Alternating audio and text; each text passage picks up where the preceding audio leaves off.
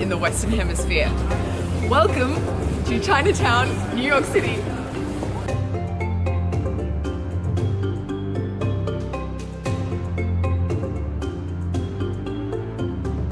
So this is arguably one of the most famous and most popular Chinatowns in the world. So I thought while I'm here in New York City, I would take the opportunity to come down to Chinatown and do a Chinatown review for you guys.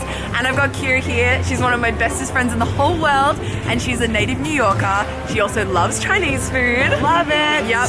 So we are gonna give you guys the 411 on the bestest things to eat in New York City, Chinatown. I'm so excited for this video. Oh, there's a plant in my face.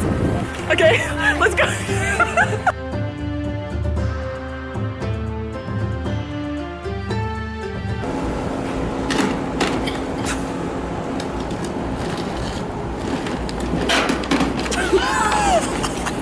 Here behind me, this is Nonwa Tea Parlor. It's our first stop for today, and it's the oldest restaurant in all of Chinatown, and it was opened in 1920.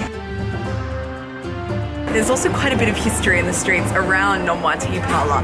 I don't know if you know this, but New York City, Chinatown has a really violent past. So where we are right now, this is Doyer Street. But back in the day, in the early 1900s, this was actually referred to as the Bloody Angle, due to all the gang violence that occurred right here in this bend in the road. This block was so bloody that officials have said that it's the bloodiest intersection in all of the United States.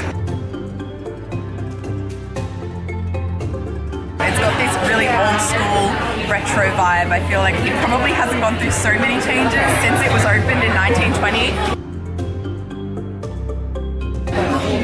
So I guess this is the go-to place for dumplings. Here we go, some sesame balls. So this is like a glutinous rice ball, deep fried, covered in sesame with the lotus paste inside. It's good. The dumplings have arrived. This dumpling here is the one that I saw on the board back here. It's shrimp and snow pea. Oh god, that's good. Definitely recommend this place. The food is really, really good, everything that we had, and it's very, very popular. Like, we're here at 3 p.m. on a Thursday and it's full of people. So I guess it has a reputation for a reason. Okay, so before we go to stop number 2, I just want to explain the concept of Chinese American food. Living in China for the last 3 years, I know exactly how delicious and diverse Chinese food is. But when I visit Chinese restaurants in the West, they all seem to have very similar menus. Beef and broccoli, orange chicken, spring rolls, chop suey, chow mein, fortune cookies. And this kind of food is often characterized by being quite gloppy and oily and deep fried. It's like a completely different hybrid of Chinese cuisine, unrecognizable to Chinese people, but it's what people of the West identify as Chinese food. I find it a very funny concept. I have so many friends that come to China and they're really confused by the food they find there. It's nothing like the food they've grown up eating at the local Chinese takeout. American Chinese food has its origins in Chinatowns like this all around America, and while it's not exactly authentic, the dishes can still be really delicious. So this here behind me, this is Wohok, and it's one of the most popular places in Chinatown to pick up some Chinese American food.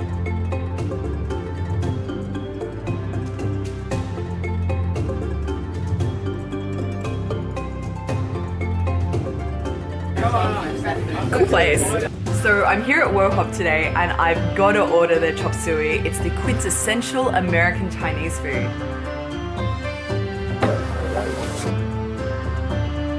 I'd pay good money that Chinese people don't actually know what chop suey is.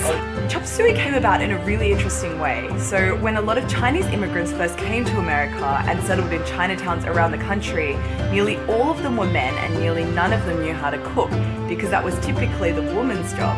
So with only this basic grasp of cooking and a lot of missing ingredients, these new cooks found themselves throwing together basically whatever food scraps they had lying around, cooked with vaguely Chinese flavors, and chop suey was born. Chop suey basically means leftovers in Cantonese. It's not authentic Chinese food, but yeah, it's delicious.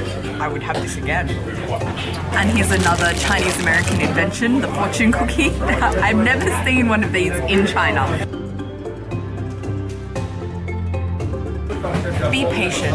In time, even an egg will walk. Okay, so this is stop number 3, and I had to come here because this is the #1 rated Chinese restaurant on Yelp. So I'm here to see if their xiaolongbao are as good as people say they are. Let's go.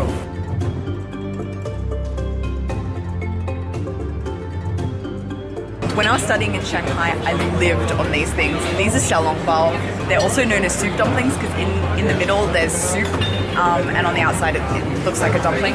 They're delicious. They're a Shanghai specialty. I've had my fair share of these, so I'd say I'd be able to give a good review on them. From first sight, they look a little bluggy, like they're very doughy, not a very thin casing. Let's see what they taste like. Okay, so there's definitely a trick to eating these because it's got boiling hot soup inside, so you need to get the soup out without giving your mouth third-degree burns. A rookie error would just to be put it all in your mouth at once or to just take a bite out of it. So the trick is taking like a little nibble of the skin, making a little hole, and then you have to suck out the soup. So there's my little hole. The soup is really good, but the casing is too thick in my opinion. So Kira has a very unique way of eating xiaolongbao. It's genius.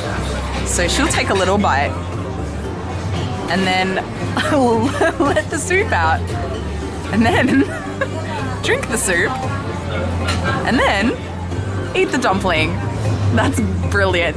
Okay, I'm so full right now. I don't think I can physically fit any more food into my stomach. But that's been our review of New York City Chinatown. I hope you guys have liked it.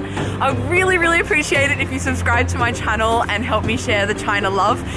Yeah, so thank you, Kira, for helping me today. And yes, I'll see you guys next time. Bye.